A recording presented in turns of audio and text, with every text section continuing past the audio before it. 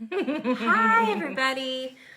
Welcome to our day 4 of our challenge. We hope you guys have been enjoying and getting value from our amazing facilitators and trainers and the amazing humans that we have on board with us. We're so lucky. Yeah, it's every day has just been like, what? So much great information. I actually think we're backwards. So I'm going to flip you guys. Whoa, nope, it won't let me do that. Okay, we're going this way.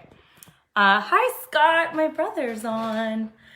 Today it's us. You guys are going to get Sara and Lindsey at our best. We're going to tell you about why we do what we do. We're going to give you lots of really great information. Yep. Sara and Lindsey were known for organic, holistic health, how you can take over and heal your body. We're going to give you really great tools and tips to get you started today.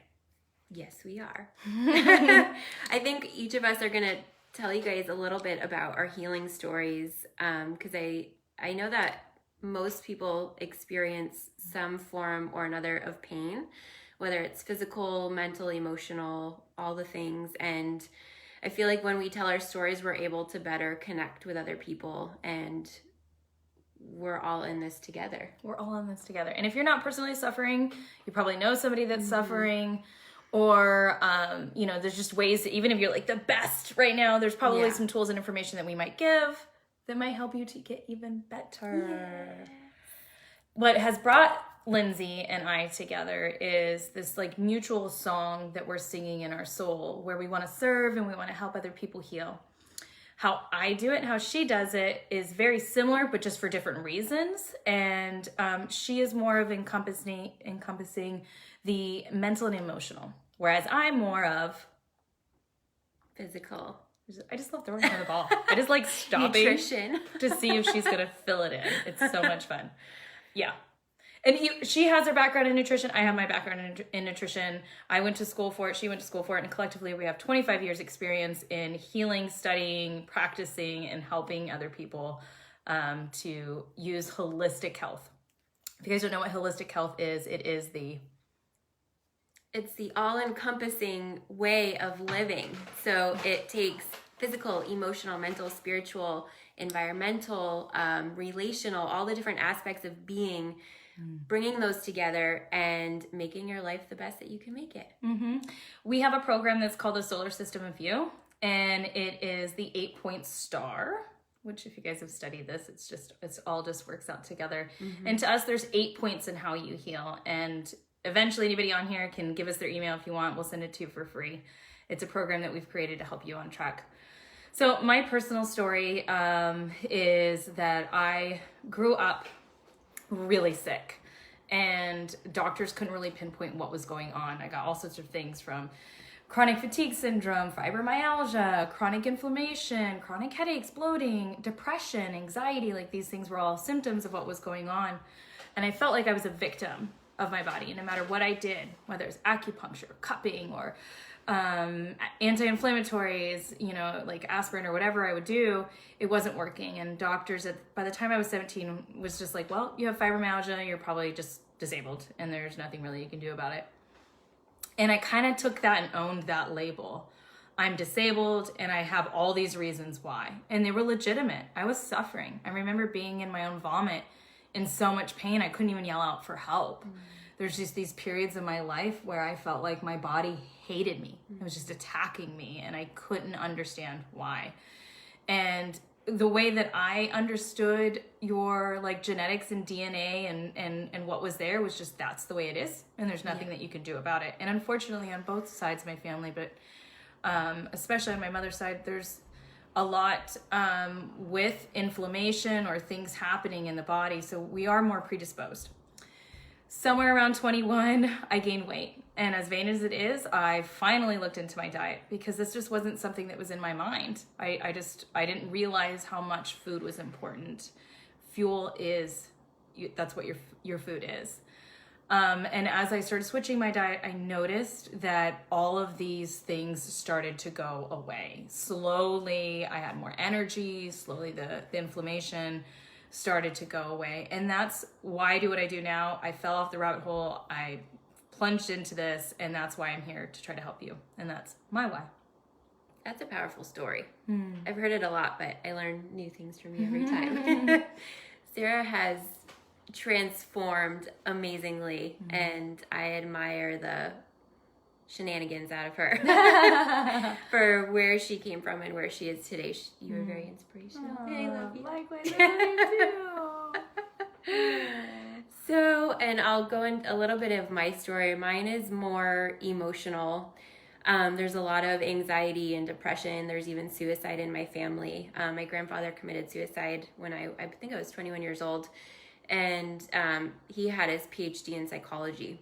And my dad always immersed my sister and I and our lifestyle in self-development and self-improvement and breaking these generational curses. And so he's always been like this pioneer, same with my mom and my grandmothers, of breaking us free from those generational curses. That's what I call them. And so when I was a teenager, I suffered debilitating anxiety and depression. I couldn't be around certain people without literally having to leave and throw up. I would shake uncontrollably. I would be sweating, and depression was real. I was never suicidal, but there were times where I've questioned, like, why am I here? What am I doing here? Many, many times. And so at 18 years old, I became pregnant with my son, and I had him at 19. And I remember one day when he was just a newborn, laying on my couch in this little apartment that I had with his father. His father was at work, and it was weeks where I was just laying on the couch. The blinds were shut, the TV was on. My son was just there in his little bassinet, and I was more depressed than I had ever been. Mixed the depression, predisposed to depression, and then post-birth depression as well. What is that called? Can't think of the name. Postpartum. There you go. And I remember, I don't even think I've shared this with my dad, but I remember my dad and stepmom coming into my apartment and the look on my dad's face, seeing me in that state. And that was like the trigger point for me of, okay, I have a choice here. I can either continue to go down this path and play the victim and give in to the depression and the anxiety and just let that simmer and snowball into this big monster, even larger than it already is, or change my life. And I had the tools already. By 19, I had already walked on fire at a Tony Robbins seminar, thanks to my dad. And so I've always, I had so many tools at my fingertips to be able to transform that.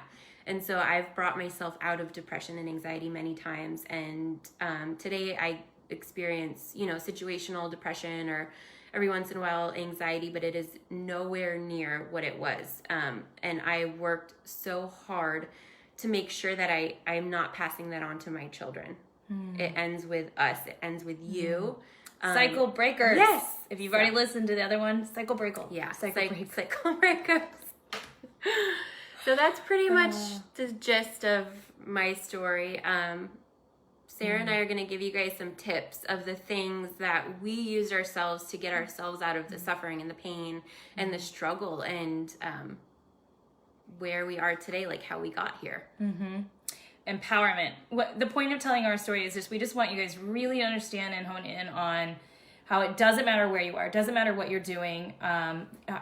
In my state where I was, it was in one of the meth capitals of Oregon, living really low vibration. It looked to be there was no hope. It doesn't matter where you are, what you're doing. There is hope. And you can manifest and create anything you want in your life. And it is equally as important to both physically align yourself and emotionally align yourself. And that's why her and I pair so well. So the first thing we want to plug into your brains and really get you guys to understand. And before I even talk about what it is, I'm going to actually tell you a quote, fun fact. There's more proof that meditation can create world peace than aspirin can cure a headache. Let that sink in. Powerful. There's more proof that meditation can create world peace than aspirin cures a headache. That's how powerful our minds are. We're all made up of energy. In fact, one cell of our body is 100 trillion atoms. Crazy. Comes from stars. We're energetic beings. We have the power to change the energy in our body. That's how you heal. And we have the power to attract what we want into our life through energy. Everything is energy. So understanding that is really key for any type of healing that you want to have. And even Dr. Ram, who we just interviewed yesterday, Dr. Clint Rogers and Dr. Ram's team, they say 90% of our pain and ailments actually come from childhood trauma. And you don't have to have a big traumatic past to have childhood trauma. It could be something really simple that just stuck into your body and became trauma that inflames and comes out later. Yeah. So what we want you to understand is called epigenetics. She does it. She's just like my voice. You can just drop it and she picks it up. So epigenetics, and it's amazing, epigenetics. It's amazing that science is proving all of this spiritual woo-woo stuff. And so epigenetics is basically how our cells and our DNA express themselves. So you may be predisposed to something like cancer or mental illness, whatever it happens to be, but it's determined upon your lifestyle and your environmental surroundings that are going to determine whether the DNA in your cells turn on or turn off. Correct. So get that. Let that sink in. Because when I heard this, I was like, I went to school at the Health Science University and based out of London. And I read that line and I was like, what? We can change our DNA? I know probably a lot of you knew that, but I didn't understand. I thought DNA is DNA. Whatever you have is genetic. That's it. It's done. Call it over. We have the ability to change our DNA. In fact, not that long ago, the astronauts went up, they came back down, and they said their DNA was changed. Like, food can change your DNA. So how and what you're doing, what you're eating, what you're thinking can change your DNA's expression. And they've proven that we actually have our ancestors pass down, like the memories within us. So it's the same idea. And now you can be a cycle breaker to not pass it on to your children, or to, if you already have children, to help influence them to not pass it down. So what that means is that you guys, through food, emotion, through your environment, through your choices, have the 100% the capability to choose how your DNA expresses. So scientists actually say it's less than 10%, and some argue less than 2% of all disease and disorder is genetic. It all comes back to environmental choice. Toxins. So you can let that go now. I give you permission to say this is genetic, because it's actually choice. It's all choice. One key thing before we move into tips. So now that we've got you to understand, we're gonna move into tips. One thing that was so big for me, I mean, obviously diet, but is removing those inflammatories if you're in pain and suffering. So just remembering that, if you have pain and ailments, your fuel is huge.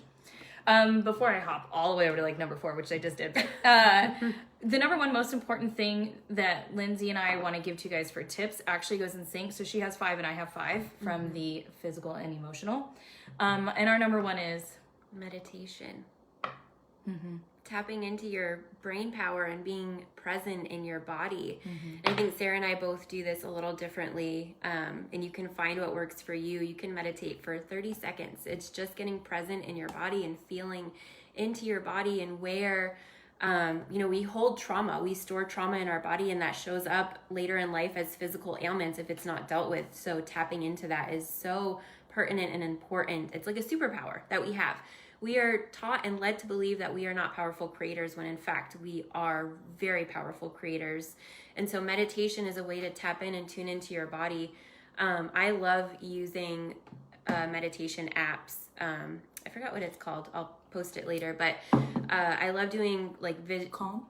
Not Calm, it's a different one. I love doing guided meditations. So visualizing your body in a certain way or whatnot. And then there's other times where I'm just quiet and I just play music. And I know, Sarah, you have your own meditation ways. In theory, they say you're supposed to meditate for as long as you are old, which is a practice. And the way that I started was I just did guided YouTubes, and now I just go to sound that I'm trying to call in, or a frequency. Sometimes I do guided if I'm trying to contact my spirit guides or get to my subconscious, or do quantum jumping, because that's a new fun thing to do. But the idea behind meditation is to get still. That's the most important and number one thing whenever I've worked with anyone trying to help them. The reason that we both suggest this as our number one thing is because there's a reason you're putting bad stuff in your body. And you're making up an excuse for it. Well, it's not this bad, or it doesn't really affect me, or I'm going to look this way, whatever it is. Self-sabotaging. It's self-sabotaging. So you need to first get still and understand in your mind, why am I making those choices? That's why this is really so important. And then working on that, calling that in, will help you to realign to make better choices. I even have something I call wishful meditations. So if you just want to go in and center yourself and start thinking about all the things that you want, and just feeling the gratitude for having that come in, like healing body, whatever it is you're calling in. There's all sorts of fun, different ways you can do it. You can just go down the rabbit hole on that too with YouTube, but definitely number one, meditation. And it doesn't have to be this big, complex, intimidating thing that you do. It can start with 30 seconds, start with 60 seconds, start however you feel led to start, but getting still and getting into your body is a superpower. Yeah, very important.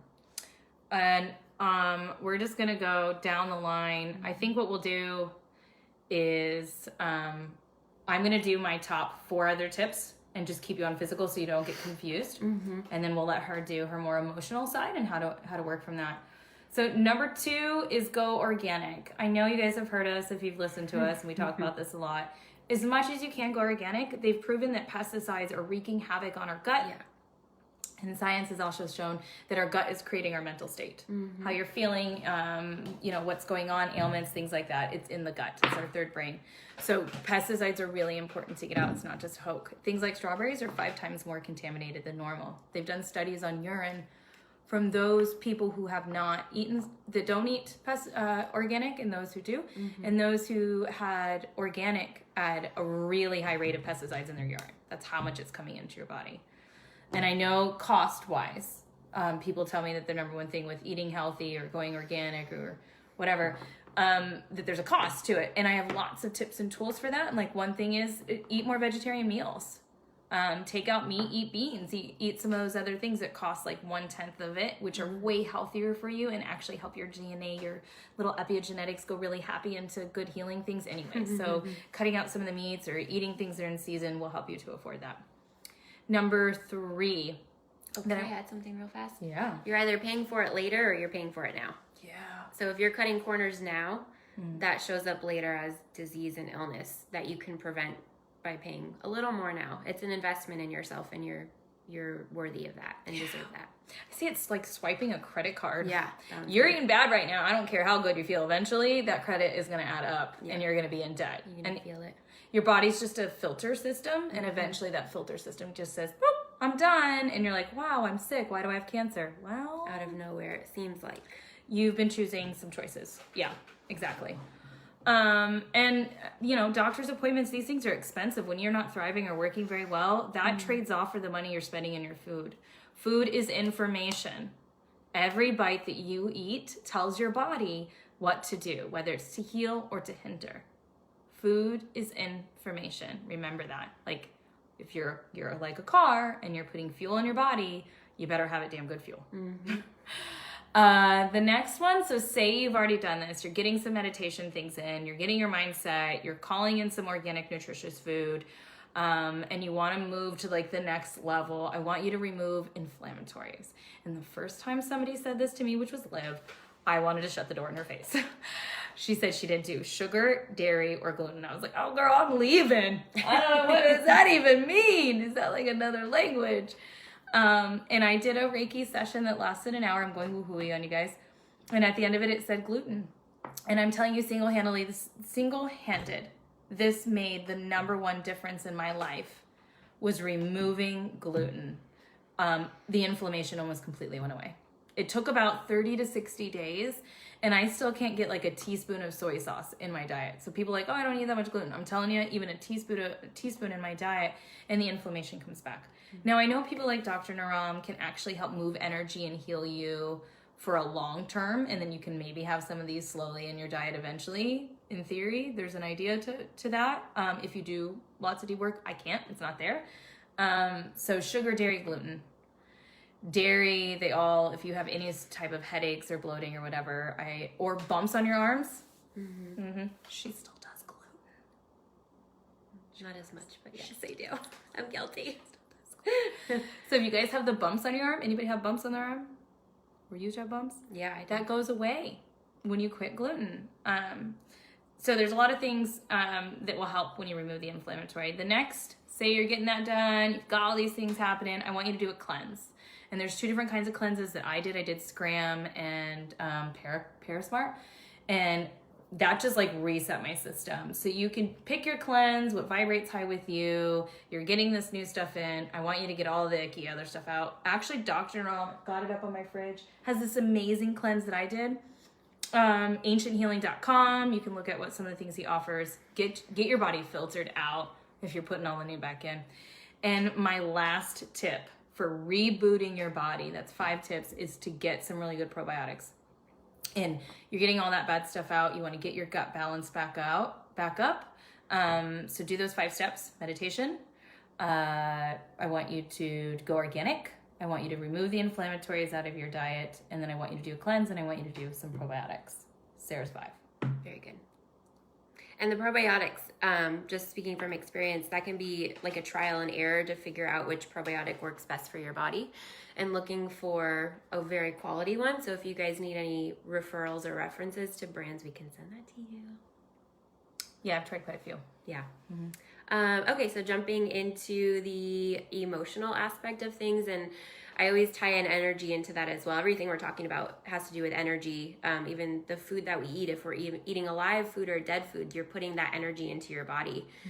And processed food is dead. So if you're eating processed food, you're putting dead energy into your body. So my first tip, aside from meditation, is journaling. Journaling is a great way there's different forms of journaling. One of my favorites is just like brain dumping, which I think Vicki was talking about on our call 2 days ago. Just getting everything out. So whatever your thoughts are, just write it down. You can do it. A lot of people call them morning pages. So do it first thing in the morning. Just write and write and write and write. And eventually you're going to get to a spot where there's nothing else there. Most of the time. And then it'll kind of get you into a more intuitive state to where you can really feel into your body and what's really there underneath all of those thoughts. So Dr. Joe Dispenza, I love this statistic. He says we have 60 to 70,000 thoughts a day, and 90% of those thoughts are exactly the same. So I say a lot of those thoughts, they're the same, but they're also snowballs of one single thought that can turn into this big thing. So once you get past your thoughts through journaling or meditation or whatever it is, you can really tune into your body and see what's going on. Another fun form of journaling is, I call it cathartic writing, and that's just like write all the curse words. Like Sarah and I were talking about this a little while ago. If it's even if it's in your car and your music is on really loud, that's another form of, I think it's catharticism or however you say it. But like pushing your pen down really hard, using the F-bomb as many times as possible, cursing somebody out on the piece of paper, like get that out of your body. Any emotions and thoughts that you're feeling that don't serve your highest good and you're not processing them, they're getting stored in your body, and that shows up later as mental illness. It shows up in physical ailments. It shows up many ways that are not beneficial to your life. So that's my other one. Sing it out. Yeah. I was just singing Roar this morning. Like, I have a tiger. You got to call it in. However you can get the energy. And be okay with looking silly. It's just like do it to yourself in the mirror, in the privacy of your own home or whatever works for you.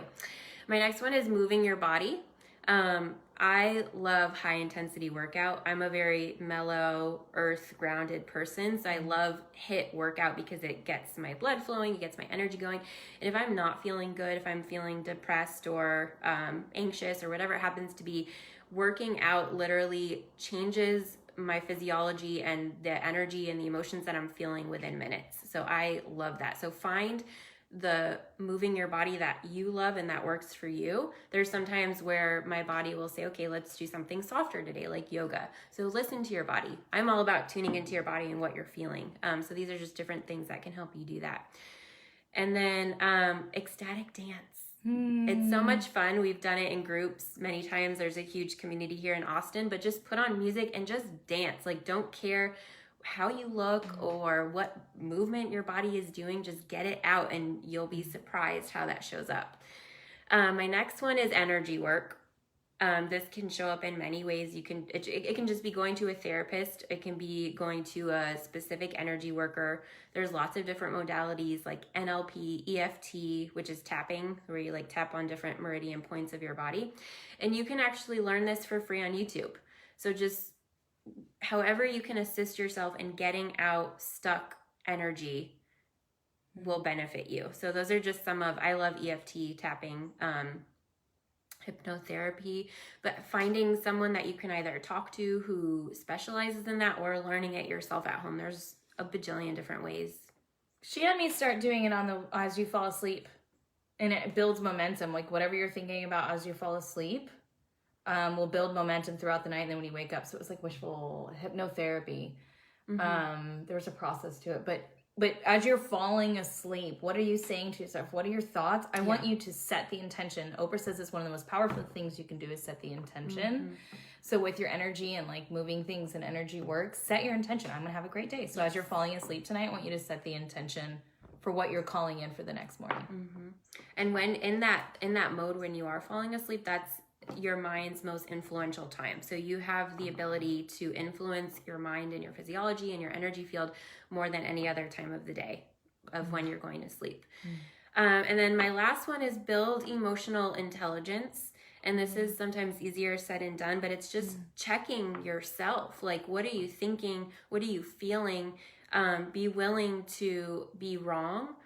You're just dealing with yourself at the end of the day. Like your thoughts, you don't have to share out loud, but just being aware of your patterns and your behaviors and what you're feeling and the thoughts you're thinking, that gives you the power to change them of how you show up and what shows up in your life. Energy is everything. And you have the power to harness that energy to build the life that you desire and that you want and that you're being called into. So emotional intelligence is just being aware of what's going on in your mind, and your thoughts are what's creating your emotions. So take it back to the root, which is your thoughts. And that goes back to journaling. Journal them down. There's many different ways. This goes into like personal development, but reading books about it, watching YouTube videos. There's so much free content out there. There's literally no excuse other than what you tell yourself, which is most likely staying in victimhood. So we are calling you out. You're either a victim or responsible human being. She did it again. Lots of different words, but you got to move out of victim and into responsible. So those are my tips. So journaling, moving your body, energy work, and emotional intelligence. And there's lots of depths to them, but whatever resonates with you guys, take it, put in some work, research, do what feels good for you. You can change your life. It is really, really, really up to you. I could go on and on and on about some of the ups and downs that I've experienced in my life, or the reasons why I could have stayed behind the victim. And you know, your story is how you decide to write it. So what do you want from your life? And if things keep showing up for you over and over and over, you might look into that. Because either you're attracting it in, or you're repeating a story, or something's there that you need to learn that you haven't learned. And it's all energy. So it's really important to take hold, start being the captain of your ship. And I have one more thing to say. If you don't know if you're in victimhood or not, if you find yourself getting defensive or defending like, oh, well, I'm sick, it's genetic, that's most likely victimhood. So if you find yourself defending a debilitating habit or pattern or whatever it happens to be, that's a good indication of being in victimhood. You're literally defending the one thing that is pulling you down. I said, dang it. I love everybody's comments and support. Thank you all for watching. Thank you. Wait, we have a word. So if you guys haven't seen the other videos, go back and watch them. We gave a word away each day with each person that we're interviewing that you can take and email us at the end, whether through Facebook Messenger or on elsa.org, all 7 words. And that will enter you in to win a free ticket to Odyssey, which is in Maui. I don't even think we talked about this whole time. Oh, we didn't. We are, this transformational group is to help showcase what we're doing in Maui in a couple months. We're doing a 5-day training. in-person training in Maui Mm-hmm. with amazing facilitators and teachers and trainers from all over the world who are doing amazing things. Unicorns. Unicorns are real. We're putting them in one room for you guys and designing this very hands-on interactive 5-day experience for you guys to transform. Hiking in the mountains of Maui. You're going to go swimming in the beach. You're going to be led by the locals. We're going to go to a local farm and have farm-to-table food. And I think we actually get to plant a tree. You're going to plant a tree in Hawaii. So if this sounds like fun to you, maybe you're not in a financial position, we do have financial aid. We're doing sponsorships, payment plans. There's lots of options. So take a look, elsa.org/odyssey, or maybe just ping us. We'll send you, if you want to call, you want to talk to us, like, hey, where do I stay? What do I do? There's so many options. There's hostels, there's groups, whatever.